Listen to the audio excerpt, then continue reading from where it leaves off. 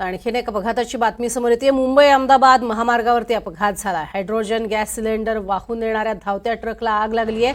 अपघातानंतर ट्रकला ही भीषण आग लागली। हायड्रोजनमध्ये भरलेल्या सिलेंडरने देखील पेट घेतलाय। अग्निशमन दलाच्या 2 गाड्या घटनास्थळी दाखल झाल्यात।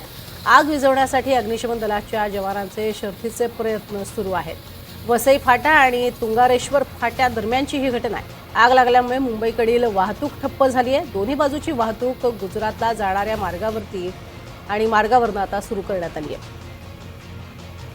अधिक माहिती घेऊयात। मनोज सातवी आमचे प्रतिनिधी आपल्या सोबत आहेत। मनोज, सध्याचे काय अपडेट्स इथले?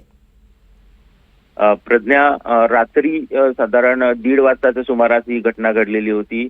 हायड्रोजनचं सिलेंडर घेऊन जाणारा ट्रक हा मुंबईच्या दिशेने जात होता वसईकडून, आणि त्यावेळेस या ट्रक मधल्या मुंबई वाहिनीवर मधल्यामध्येच या ट्रकला अपघात झाला आणि ती ट्रक पडल्यानंतर ट्रक मधून जे हायड्रोजनचे सिलेंडर होते त्यांनी आग पकडली।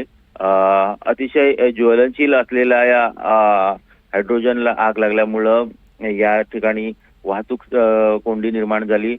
पूर्ण मुंबई वाहिनीवरील जी वाहतूक आहे ती मग वाहतूक पोलिसांनी गुजरात वाहिनीवरून वळवलेली होती, आणि त्यानंतर या ठिकाणी आग विझवण्याचं काम हे अग्निशमन दलाच्या जवानांकडून सुरू होतं। 2 गाड्या अग्निशमन दलाच्या आलेल्या होत्या।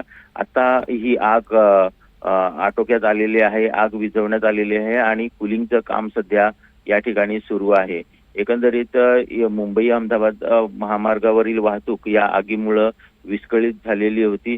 आता पूर्वपदावर ही वाहतूक येत आहे। प्रज्ञा, नक्कीच तुर्तास धन्यवाद या संपूर्ण माहितीसाठी। आता वाहतूक पूर्वपदावरती येत आहे। हा सगळा सिलेंडरनं घेतलेला पेट आणि त्याबरोबरीने इथली वाहतूक जी आहे ती सुरळीत करण्यासाठीचे प्रयत्न हे पूर्ण झालेले आहेत।